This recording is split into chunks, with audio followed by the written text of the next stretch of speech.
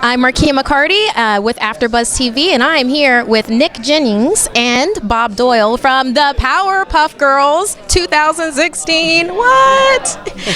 Executive producer and co-executive producer. I have to say, I love that you've revamped it and brought it, Powerpuff Girls itself, to us. It really hits home. Was that the direction that you first wanted to do with like things like bullying issues and stuff like that?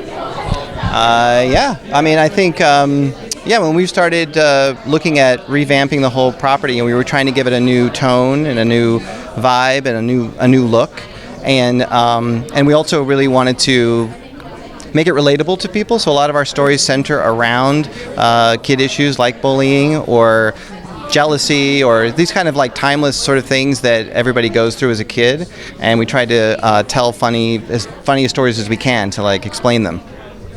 I love the way that Blossom, Bubbles, and Buttercup like interact not only with themselves but with the world, like dealing with those real world issues. But I do have to ask, Bob, who's your Powerpuff Girl? I'm all Bubbles. Why? I don't know. I'm just kind of like loopy artist kind of person who has just enough together to pay my mortgage, but and Nick is definitely Blossom. He is, yeah. He's the leader. He's on task. Yeah, likes things a certain way, and I'm like, but I want to be a Bubbles. Yeah, I think everybody has a little bit of them inside, and I think that's why you can relate to it. Like everybody has a little bit of that Buttercup anger and a little like silly Bubbles and Blossom as well. So I think that's why they can be relatable. So, like I was saying, there's a lot of themes that come up with Powerpuff Girls. I mean, you're really good at covering just about everything, like we were talking about with bullying. But what's another theme that really hit home for you for when you were doing this series? A theme?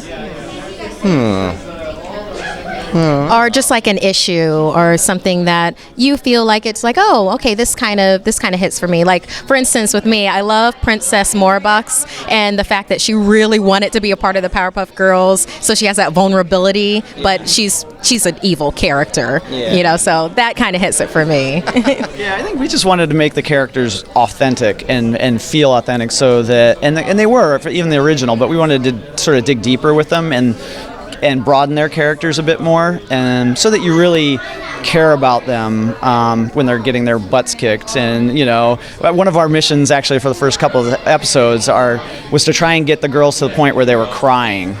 And, because then if you can get them there, and then you actually you care, right? Because you're like, oh my gosh, poor thing.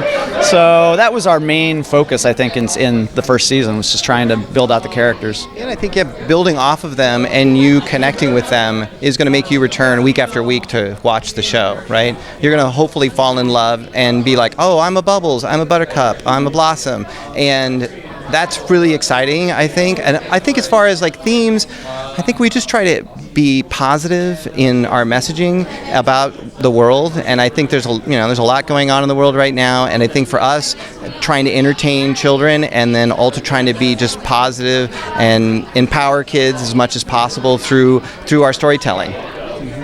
Wonderful. As a family, it's like the sisters loving each other. If you see like the logo, when the girl's flying with the hearts behind it, I mean, that kind of sums it up right there. It's it's sisterhood, it's family, it's love. So, well, thank you so much for joining us today. Thank you very much.